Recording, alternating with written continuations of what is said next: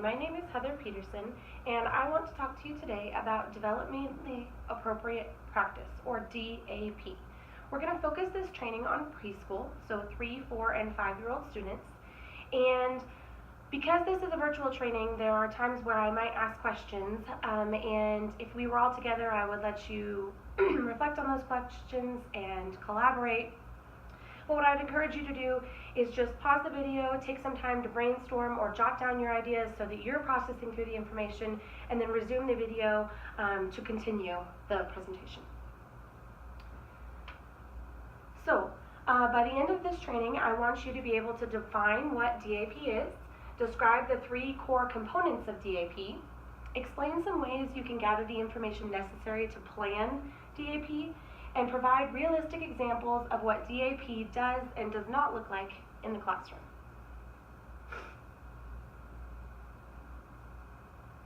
So this is just a fun and motivational, inspirational video, but I think there's still something that we can gain from it. So be thinking about what you can take back into your classroom.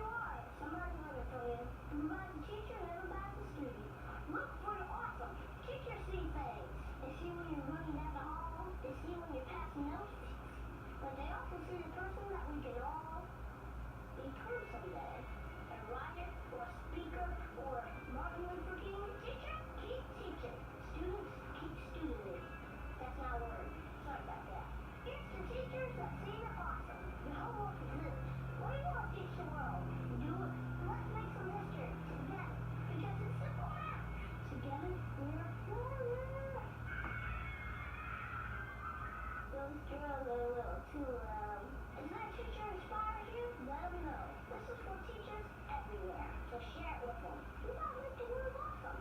Somebody's learning from you.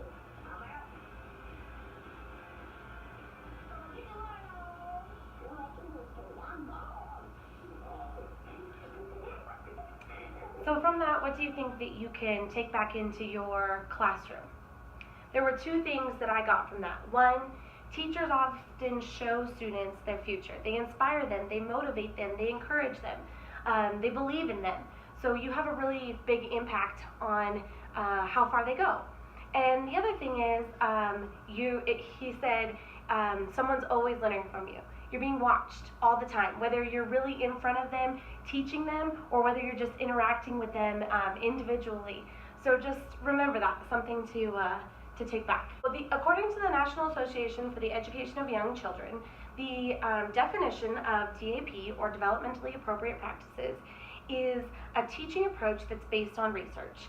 It's based on how children develop, and how they learn, and what's effective for early education. DAP promotes the optimal learning and development for children, and it meets them where they are and helps challenge them to achieve learning goals. So the purpose behind DAP, why do we do it? There's no single way to care for and teach children, right? There's a whole bunch of different teaching strategies, every child is different, and so using the developmental stages allows us to give some standardization and equity to the children, and really benefits the whole child. So using DAP builds positive self-esteem. Well, if a child has positive self-esteem, then they'll be able to develop cognitively, gross motorly, fine motorly, social emotionally in a healthy, positive way. And healthy development early on in their life will lay the foundation for success in the future. And as mentioned before, the success of DAP is founded in research. So what's the connection to you? Why should you use DAP, and what's in it for you as a teacher? So we've already kind of established that it's best for students. But if it's best for students, that means it's going to help them understand. It's going to help them learn more easily, and it's going to help them be better performers in your classroom. So really, as a teacher, not only does it make your students more successful, but it makes you more successful and gives you more rewards as a teacher, because you're setting your students up for success, in turn setting you up for success. Okay, so let's take a little bit of a look of how the brain works. You have this handout in front of you, and you're welcome to take it back and read it more in detail, but I just want to give you kind of the takeaway from it.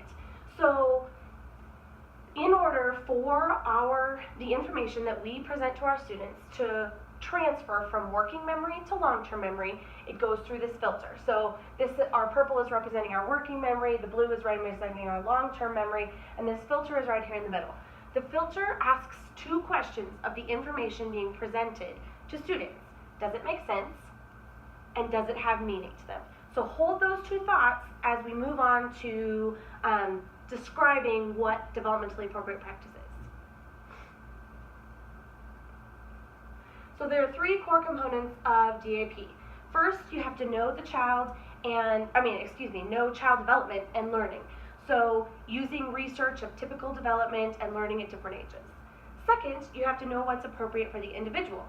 Each child is different. We want to know their specific interests, abilities, development that are going to play into their learning. And third, we want to know what's culturally important. So we have to get to know their families and know their values, what's expected, the communities that they're from, and any external factors that their families will have on their learning. So let's connect this back to the brain for a minute.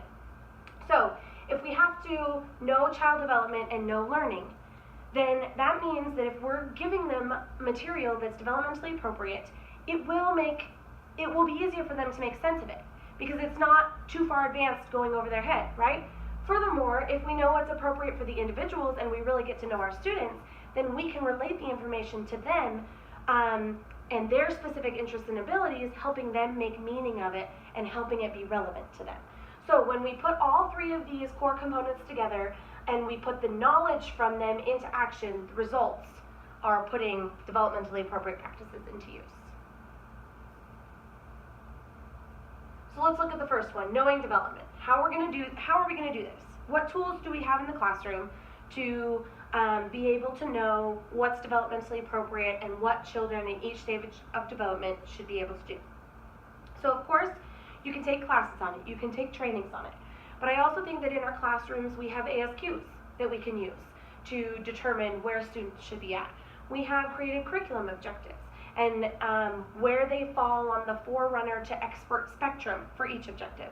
And then we can also study our students. What can my 3-year-olds do? What can my 4-year-olds do? What can my 5-year-olds do? What can none of my students do? What can all of my students do? Those kinds of things. But I want to give you one tool that I think is really helpful for knowing the developmental stages. Find those, the 3, 4, and 5-year-old milestones from the Center for Disease Control. These are tools that I really think can help you know the developmental stages for children. So you can take, and read all the details on them and those kinds of things, but take one moment just to get familiar with the information they provide you.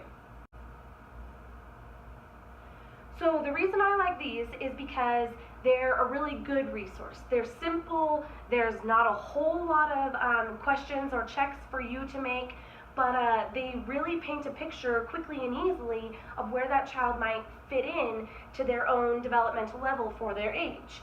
I also find this tool really effective for parents.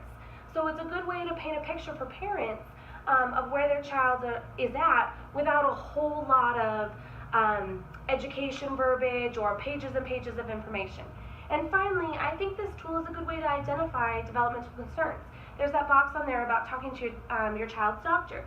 So those are good ways to, if you have a concern about a specific child's development or how they're processing information, that might be a good way to approach that topic tactfully with a parent. Okay, so the second core component was knowing individuals. We talked about knowing development, now we have to know individuals. How are we going to do this?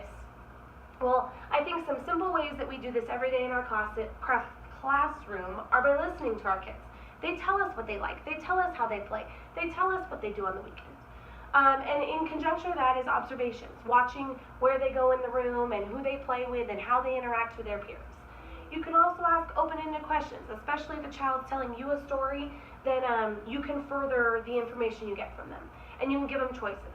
As you give them different choices of where they want to play or what activities they want to do, you gain information about their learning preferences or their learning styles, which will help you plan activities that are specific to them.